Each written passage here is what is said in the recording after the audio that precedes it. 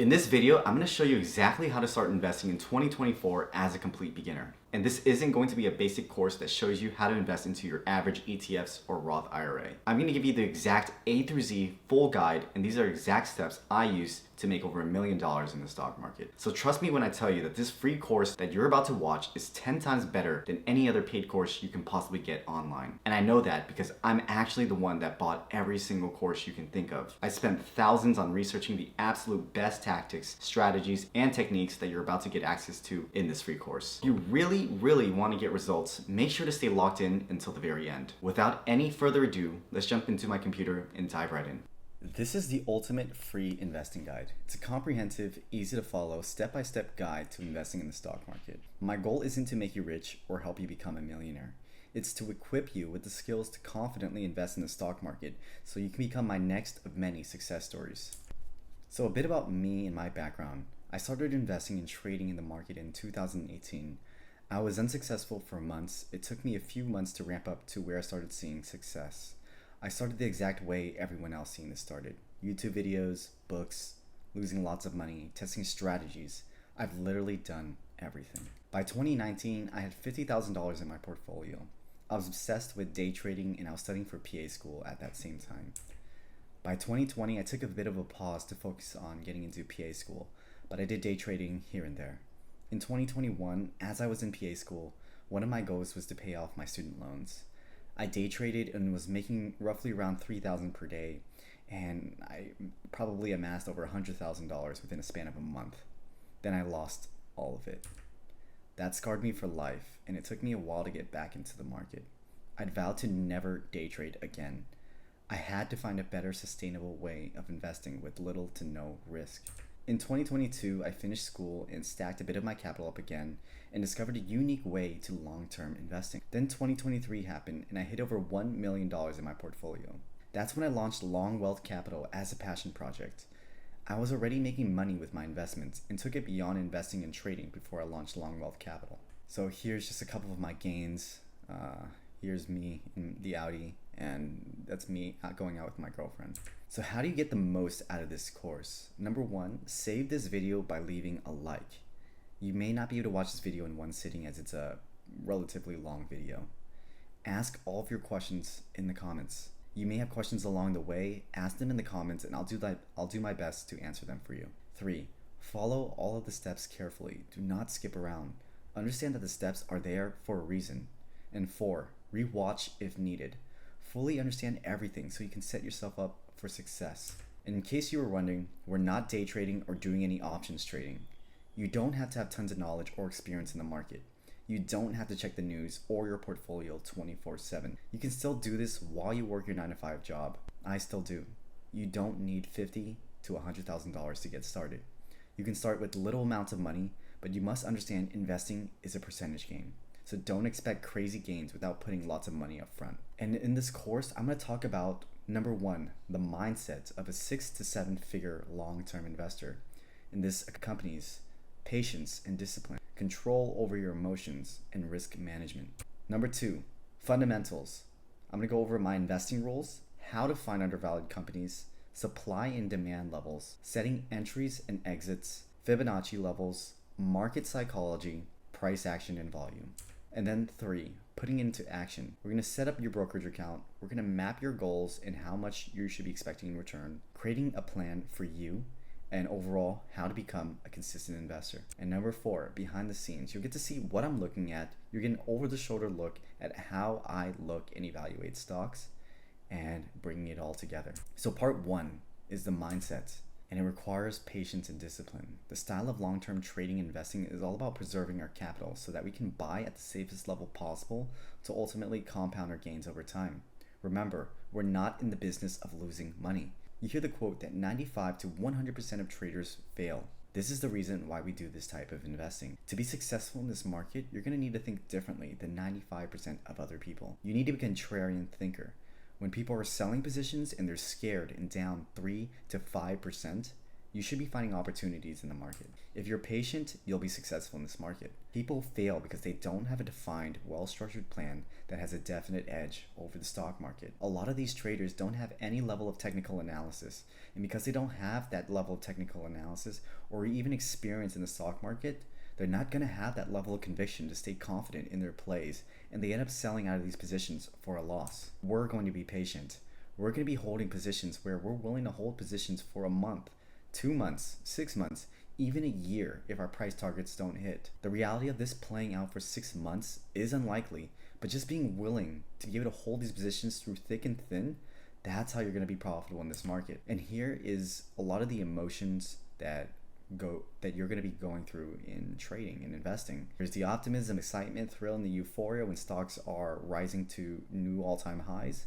And there's the anxiety, denial, fear, desperation, panic, capitulation, depression that happens when stocks continually fall. And then it's a cycle all over again, and that is the emotional cycle of investing. In order to become a high-level investor, you need to learn how to control your emotions. Here are some emotions that come into play every time you make an investment. There's fear, there's greed, and there's overconfidence. So we'll go over fear.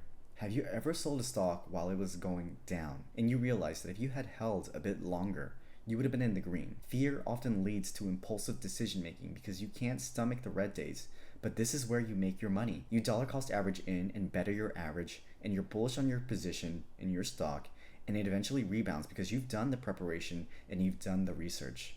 The reason why fear creeps up on people is because they aren't prepared. They make decisions with their emotions and they end up losing all of their money. But on the other hand, you can use fear to your advantage. You can use it to assess and mitigate potential risks. That's the only way you should be using fear. You cannot allow fear to control your decision making in the heat of the moment. I've seen so many people lose hundreds and thousands of dollars because of this reason. A quick reframe that I want you guys to understand is, if you've done the research on the stock, is I look at red days as gains. I can buy the stock for cheaper at a discount and dollar cost average, which will make me more money in the long run. And then next is greed. Have you ever held your position longer than you were supposed to in hopes to make more money? You ignored all of your set exits and you held longer. But what happened is you ended up with a bag that was actually less than what you could have potentially made. Do not let greed influence your decisions when you could have sold for a profit already. Greed, on the other hand, can be used for your benefit.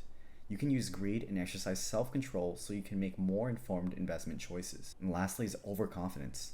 This is one that I see a lot of people overlook because they convince themselves about it all the time. It's when you have a bias that ignores all cons and market information. You basically hear and see what you want to hear and see. Overconfident investors also tend to invest into multiple companies, as well as where I tell you to focus on 1 to 2 stocks at a time to really move the needle in your portfolio. It's a good reminder to take a step back and look at everything with a blank slate. Remember that you must control your emotions and use other people's emotions to invest. Risk management. The reason why my system has little to no risk is because it works in my favor.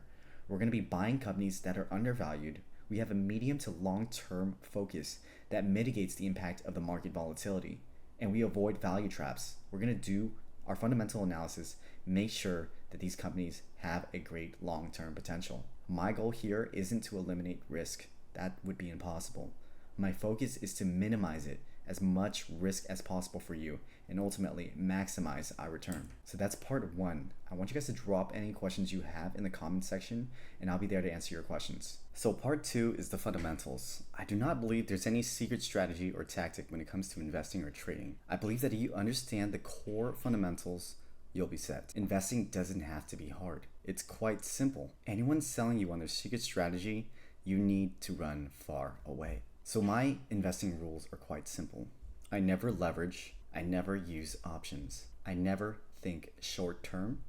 I never use emotions to invest. I always do a full analysis, both technically and fundamentally, before I buy into my position. I always dollar cost average into my position. I don't rush my buys. I don't chase stocks. I'm always going to catch a pullback, and understanding that opportunities arise every day, so I don't have FOMO.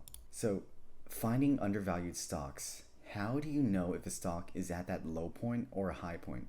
How do you know if that certain stock is cheap or whether it's expensive? We've all been there. You think a stock is pretty much gone down. You think that's the bottom, so you buy. Here's what I want you guys to look at. Revenue, profit margin, PE ratio, free cash flow, debt, and the RSI. So first is the revenue. This is income generated before deducting any expenses, taxes, or other costs with running a business. This is typically considered the top line on the income statement, and it's the starting point for a lot of several financial metrics. Next is the profit margin. Profit margin measures a company's profitability, expressed as a percentage accounting for all costs, expenses, and taxes. This shows how efficiently a company operates. Next is the PE ratio, price to earnings ratio. This measures the current share price into its earnings. The lower the price to earnings, the better.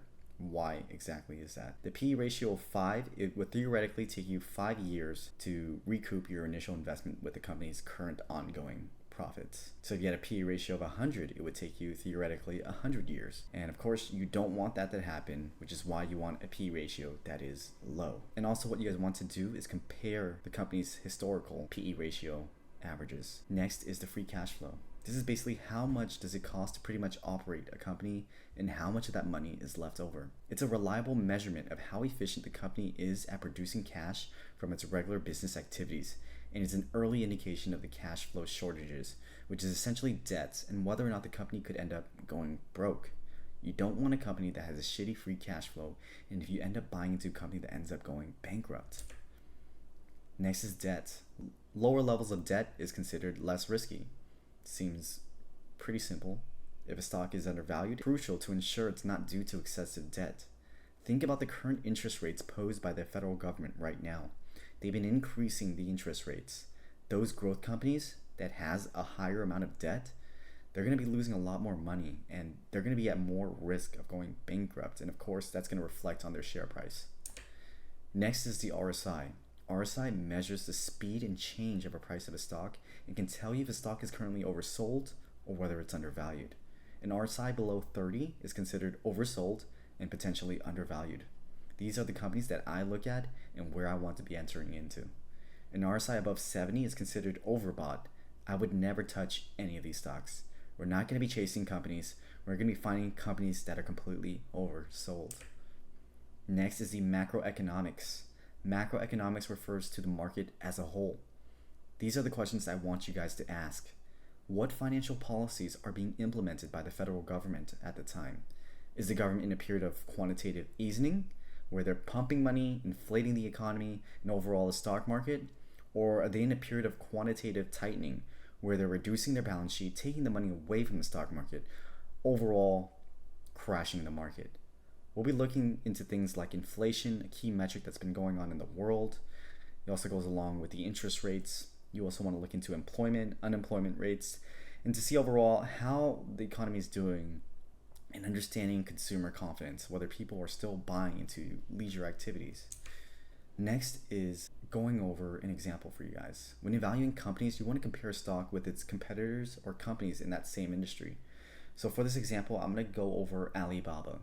Alibaba is widely considered the Amazon of China. So going over the market cap, we're going to compare that to Amazon's, right? Market cap measures a company's size in the financial markets. Market cap is the current share price times the total number of outstanding shares, right? So this number right here for the market cap is dynamic. It's always moving. Amazon has a market cap of 1.51 trillion. Alibaba, 178 billion. Revenue, Amazon with 554 billion. Alibaba, 129 billion. Profit margin for Amazon, 3.5. Alibaba, 14.5%. Free cash flow for Amazon is 16 billion, Alibaba $30 billion. So Amazon revenue is 4.3 times more than Alibaba at this present day, and Alibaba's market cap is 8.5 times less than Amazon. So macroeconomics, China right now is printing billions of dollars into the economy. I want to also look into share buybacks. Stocks trade based off supply and demand.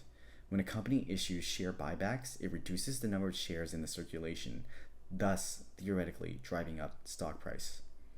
So overall, in 2014, revenue for Alibaba is 12.3 billion a year.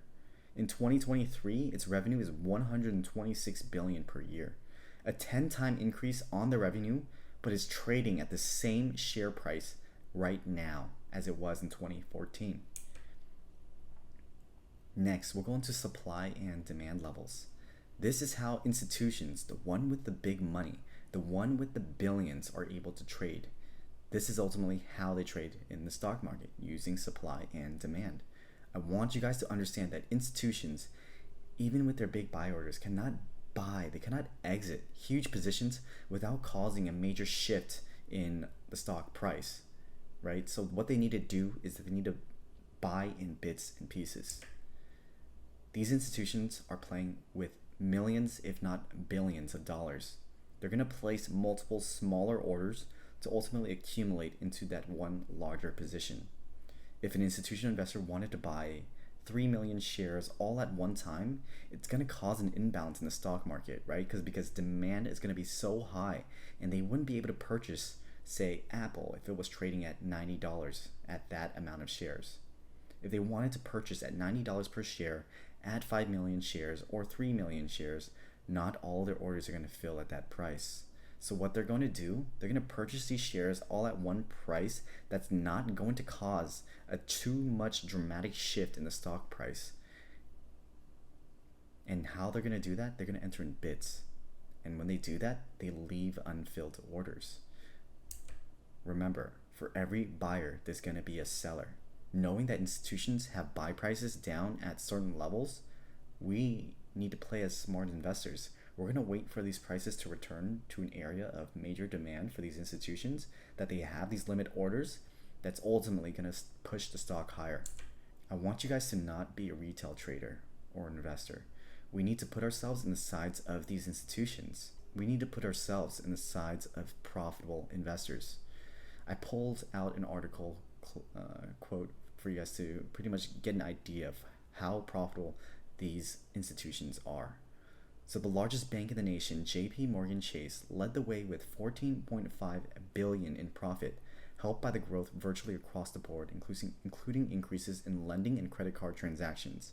Wells Fargo pulled in $4.9 billion, and Citi earned $2.9 billion in the quarter. All of the earnings were higher than analysts had suspected. You can see here in aggregates, 8 U.S. systemic firms reported 294 profit-making days over quarter 3. You can see how profitable these guys are every single year on a daily basis. They're consistent. We want to play on that side. We want to think differently to the masses. We're not going to think about how every retail trader invests. We need to be a contrarian thinker in terms of retail. We need to put ourselves in the sides of these profitable investors. How do we draw supply and demand levels? I want you guys to look at the left of a chart. I want you guys to identify a basing candle followed by a strong upside green bar.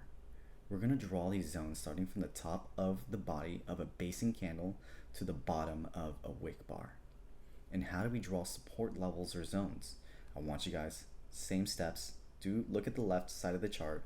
You'll identify a basing candle followed by a strong downside. Now, we're going to draw these zones starting from the bottom of the basing candle to the top of the wick or bar. Part 2, setting entries and exits. I'm going to combine this in low with Fibonacci levels. So traders use Fibonacci retracement levels to identify potential reversal points in the market.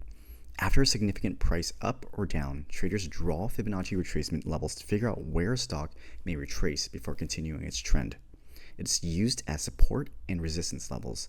And as a value investor and trader, I wait for deeper retracement on the daily at the golden zone between the 0.5 and the 0.618, as well as the 0.786 fib.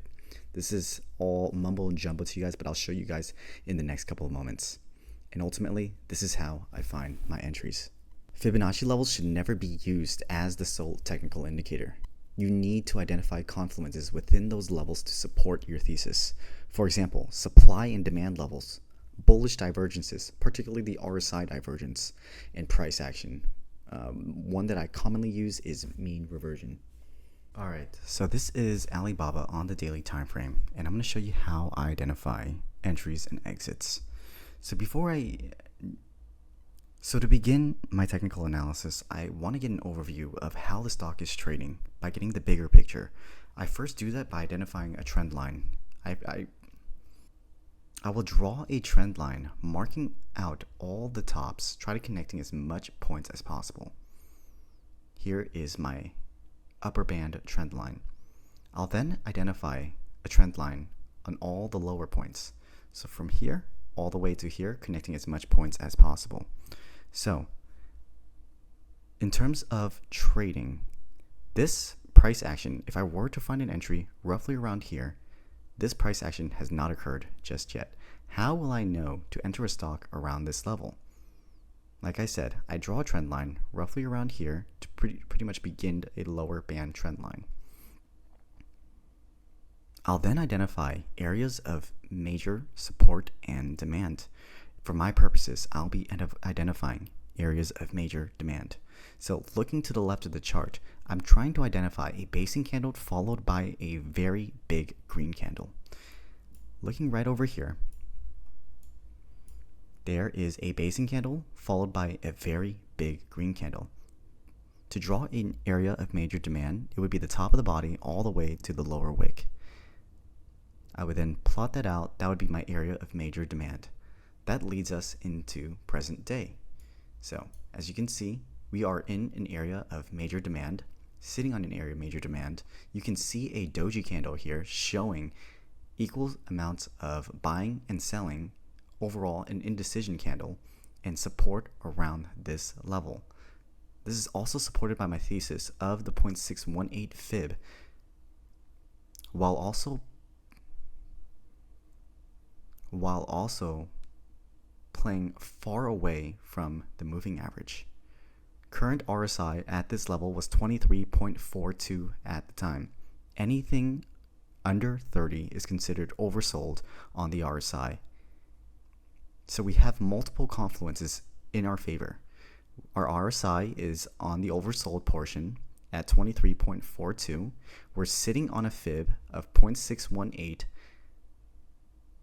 We are also in an area of major demand and playing very far away from the moving average.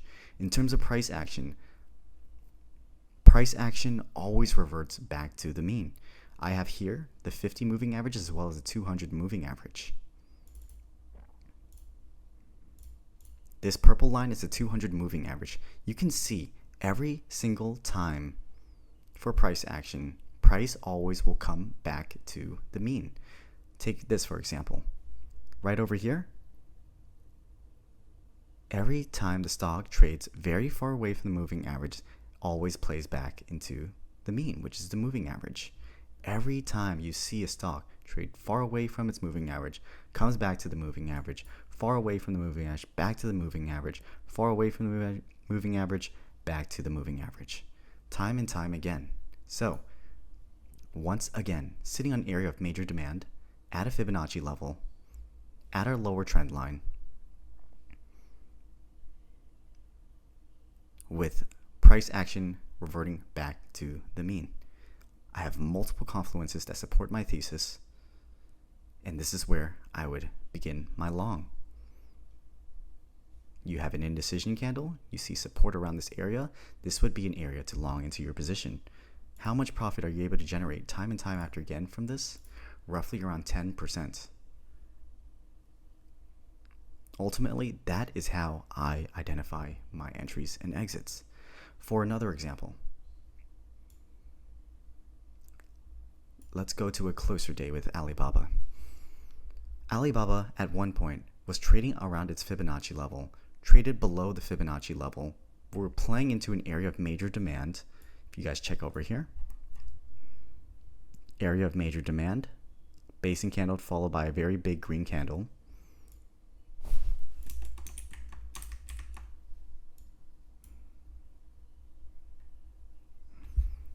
You can see the price action from this point to this point shows a RSI divergence.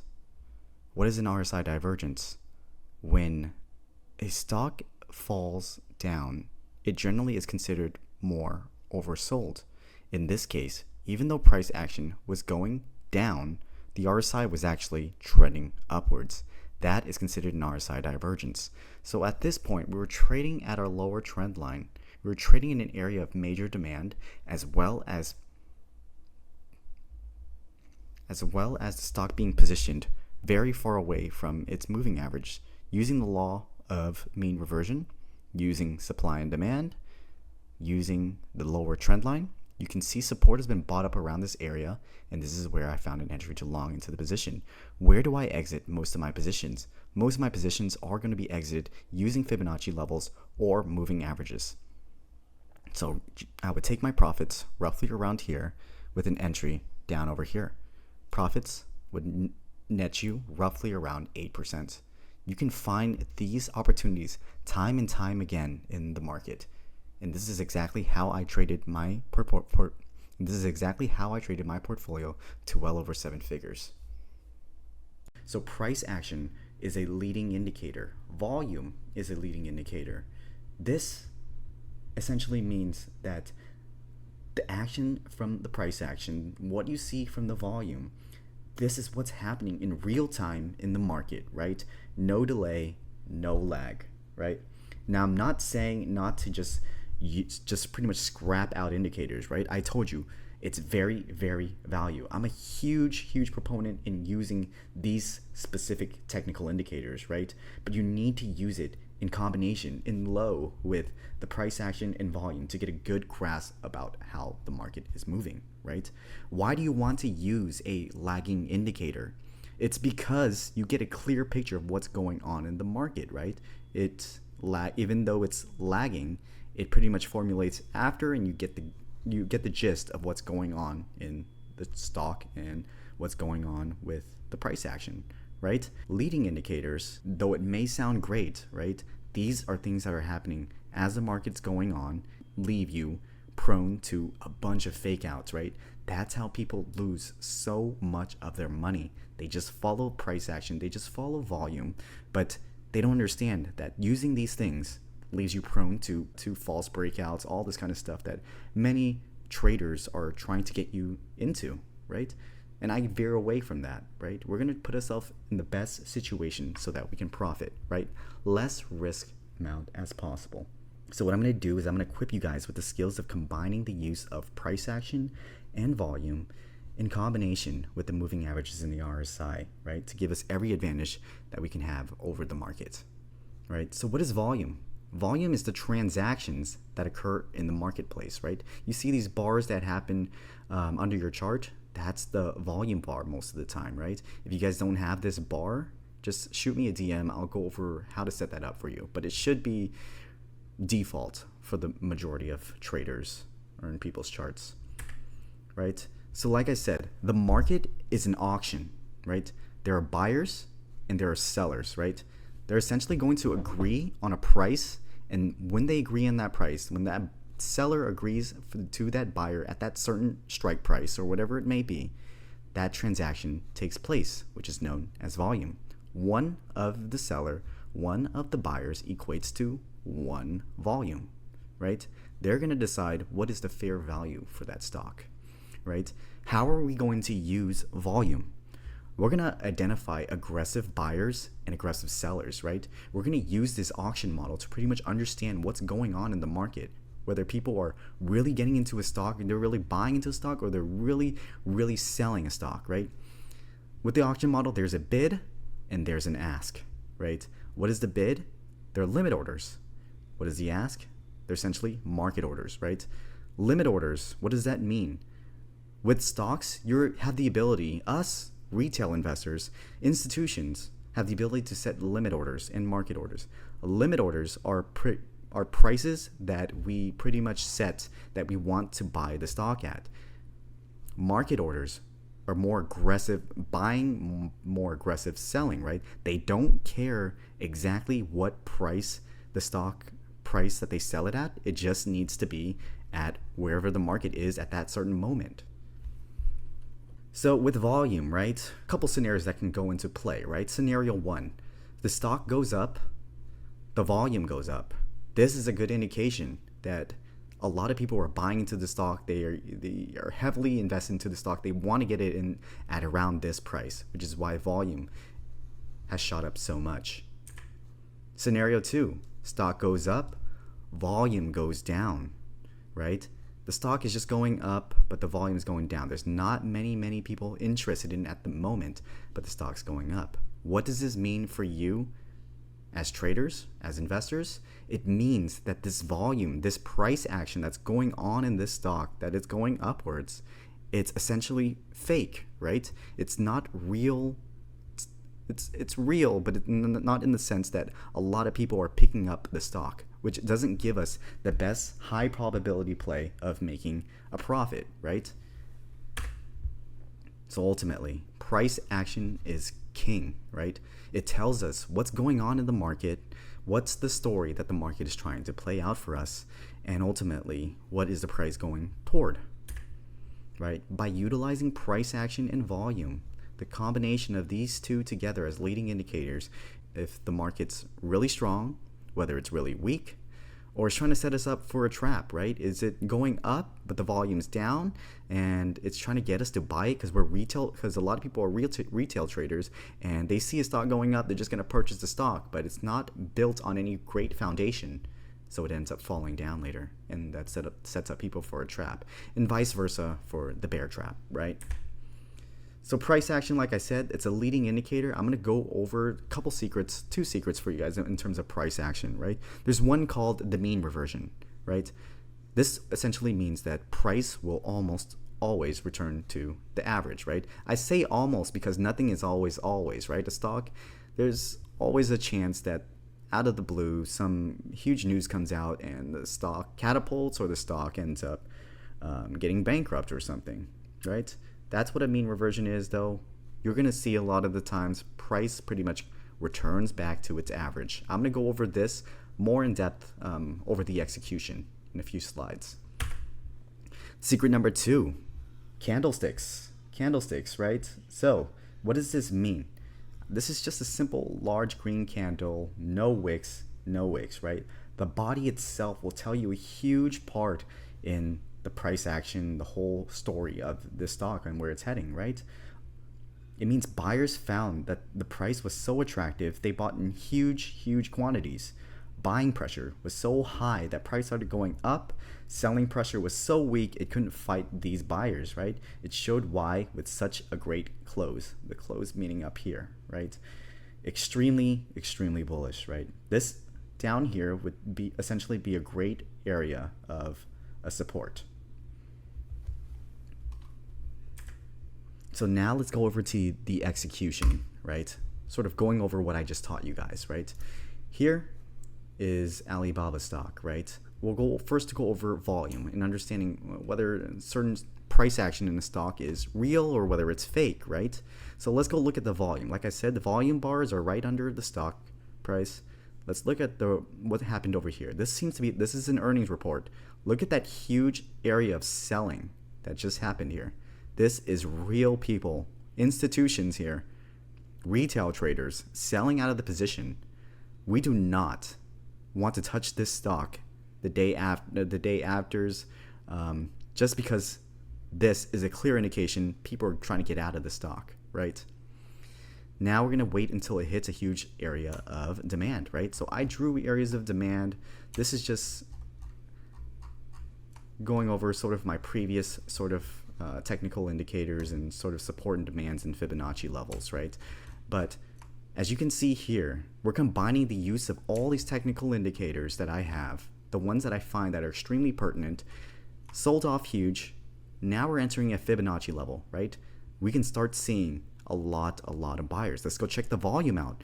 Are these bars, these green bars, are they real, right? Look at this. Compare this volume bar to its historical averages. All under lower, right? They're all down here. Look at the volume bars of everything down here. Small compared to what's going on here. We're approaching Fibonacci levels. We're approaching a great level of demand. So I'm seeing a lot of accumulation, a lot of buyers here. So here, and here. Look at this green bar. This is a great area of selling pressure, right? People are selling into the stock, but you can see as we approach here, volume starts picking up again, and now it's starting to exceed the previous selling pressure that's going on here. There's confirmation that went on around this area, around this Fibonacci level, and now I can see huge areas of support, right? So what can I expect from this stock going forward? I expect that this stock ends up pretty much zooming past here, returning back to its Fibonacci levels, going back to the 1 eventually, right? Check the stock back up in a couple months to even a year. It's going to be a lot different to where it's been, right? Look at the amount of volume that's been going on. I'm seeing heavy accumulation to this stock. Very confident in where the stock is going, right? Now, I want to go over a different stock, right? We don't want to just go one stock and try to pinpoint whatever stock it is, all right? So let's just go over any stock. Let's go with people's favorite stock, Tesla, right? Let's just use volume to try to identify where stock may be heading, right? Like I said, you can't just use it solely to pretty much understand where stock's going, but it gives you a pretty good indication of where stock is heading towards, right? So let's look at this. Look at this area right here. Look at that buying pressure above any previous volume level, right? So I'm seeing heavy buyers, big institutions buying into this, right? This is days after earnings report, right? So I'm seeing real price action, a lot of institutions loading into the stock. So what do, right? We're going to identify areas of support and demand, find a great demand level, wait for the retracement, use Fibonacci levels to pretty much find where it can retrace to and get into it. Into the stock, right? And what ends up happening, right? Huge area ends up going for higher and higher. You could have rode this stock pretty much just using volume and rode it all the way up to about 215, right? Where does it leave us? It leaves us roughly around this 200 moving average, right? Like I said, stocks like to head towards either the 50 or the 200 moving average as support and demand. That's what ended up happening. Ends up reverting back into the 50 moving average and just bouncing off of that, right? But you could have just simply using volume to long this position into 220. All right, so number 2, right? That pretty much accompanied everything that was going on in the stock, right? You saw a huge level of buying volume. You see a huge green candle, right? This engulfed any other previous bar, right? Look how long this green bar is. Huge buying pressure. So just by looking at that bar, you can tell where things are heading, right? A lot of big buyers here. So secret number 1, like I went over, was the law of reversion, right? Things will always revert back to its mean. So like I said, this purple here is considered the 50 moving average. This green is considered the 200 moving average, right? What ends up happening here? Stock broke over the 50, ends up reverting back to the mean. When a stock is ever trading way above its mean, what ends up happening? It reverts back, right? Same goes for below. We're way below the 50 moving average. It's going to revert back to the mean, right? You never want to just use it. How do you identify this as an area to buy into, right? I guarantee you, if you end up charting this, you're going to find this area is a big historical area of demand, right? This is why I want you guys to use the combination of support and demand, use volume to your advantage, and use price action, right? Huge, great price action here, supporting a buy. So here, let's just chart it out. I'm going to show you guys the power of support and demand and using all of these factors together, right? We're identifying our buying area right here. I charted all the way to the left. Let's check if this is a huge area of buying pressure. So institutions have been loaded up here. Well, what do you see here? What do you see here? Huge historical area, right? This is August 2020. There's buyers, institutions that have buy orders sitting here for many years, right? So look at this green band. Look at how it bounced off of this demand level historically, right? And it just continued upward and upward. Huge area of demand. And as you can see here, it played off of it, reverted back into it.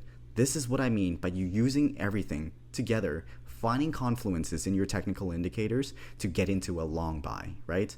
This was a screaming buy, way below its moving average, reverting back to the mean, understanding that little secret, right? Understanding price action that went on right here, look at that buying volume compared to its historical averages, and then we combine that with support and demand. This is a huge area of demand. All right, guys, so that pretty much closes off price action and volume, and I hope you guys got a lot of meaningful knowledge out of that. All right, in part 3, I'll help you guys set up your brokerage account. In order to invest, you need to set up your own brokerage account. There are tons of brokerages out there. Do your own due diligence and figure out what works best for you. For me, I recommend Robinhood. It's easy. There's a simple UI, simple buy and execute orders, simple sell orders, easy as can be. Once you're done setting up your own account, you need to fund that account. Connect your desired bank account, and generally they will want to confirm that this is your bank account. So they will deposit 2 to 3 cents, and you need to confirm that specific amount. So mapping out your goals for you. I get this a lot when it comes to my clients. They throw an arbitrary number like, I want to make 10,000, 15,000 in the next 30 days. And don't get me wrong, I do believe that is 100% doable. You have to understand that investing is a numbers game. So in order to hit your target, you need to reverse engineer your goals. For example, let's say I want to make $2,500 in the next few days, and I start off with $1,000 to invest into the stock market. That would mean in order to profit at least $1,500, I would need the share price of the stock to go to at least $25. That would mean I could sell 100 of my shares at $25, which would net me at least $2,500. That would be a 100% increase from that stock. Now let me give you another scenario. Let's say now I have $100,000 to invest, and I want to make $1,500 extra from this play. And I buy a stock still at $10 per share, and I bought 10,000 shares instead, which would equate to $100,000. That would mean in order to profit at least $1,500, I would only need the share price to go to at least $10.15. I would only need a small percentage to make a quick $1,000. The reason I believe long-term investing is the best is because 99% of traders fail. If you look at the statistics, even if they make huge gains, they lose most of their money. Our goal is to multiply our money and continue to preserve it. You need to put yourself in the best position to win at all times with little to no risk. The reality is each and every one of you is unique. You all want different goals. You all start with a different investment budget. You all have different challenges. You are you. That's what ultimately makes you special. So I want to create a plan that works for you. So grab a sheet of paper and let's reverse engineer your goals. Write down exactly what you want your investment portfolio to look like in the next 3, 6, 12 months. After that, write down exactly the amount of capital you're starting with below. So for example, this is what you should have right now. A goal, 3 months with X amount, 6 months with X amount, 12 months with X amount. Starting point with an X amount. In this case, it's $5,000. After you've written this down, now I want you to reverse engineer this. So to hit your 3-month mark, you need to hit $5,000 in the market. In order to hit your 6-month mark, you need to hit $20,000 in the market. In order to hit your 12-month mark goal, you need to hit at least $70,000 in the stock market. Now that we have more clarity around this, you want to now go even deeper. For example, I have 90 days to grow my portfolio to $10,000 with my starting point being $5,000.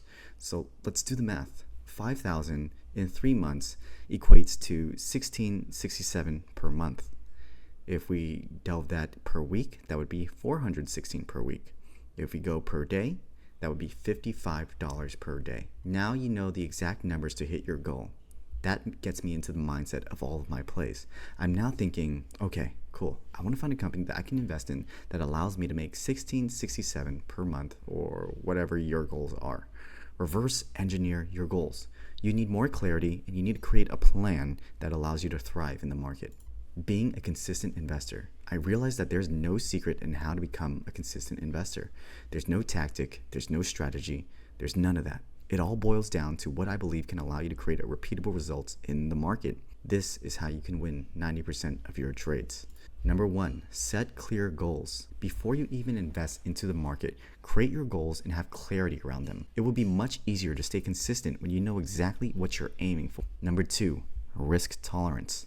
You all have different goals and different situation. You must understand your risk tolerance. This allows you to be very consistent with a style that works for you and your lifestyle. Preparation. You have to come prepared into the market every day. Know exactly what companies you want to invest in. Know exactly where your entries and exits are. Stick to your plan. Do not deviate from it. Controlling your emotions. When have our emotions guided us to a good decision? Most of the time, when we let emotions guide our decisions in the stock market, it puts us at a loss. We simply cannot invest into a stock because we feel good about it. Use logic and stick to your plan. You cannot get too emotional and sell out when you are in a downturn. Patience. The reason I'm able to win on every single play I'm in is because I have patience. I'm willing to wait weeks, months, even years, potentially if it gets there, because I've done the research and I'm very confident in my investment decisions. We cannot time the market. We can do our best to stick to our plan and ultimately be patient. So putting into action, number one, I'm always going to evaluate undervalued companies. I'll do my fundamental analysis, and after I delve into a company's balance sheet, I'll then do my technical analysis. After doing our technical analysis, we're going to set our entries and our exit. We're going to set our entries and our exits. And lastly, we execute our trade. So what stocks am I currently looking at? Right now, as it stands, February 6, 2024, I'm currently looking at BABA, Boeing, and PayPal. And ultimately, you guys are just going to rinse and repeat. You've made it to the end, but this isn't it. Thank you guys for watching the video. If you found this valuable, make sure to like, subscribe, and comment if you have any questions.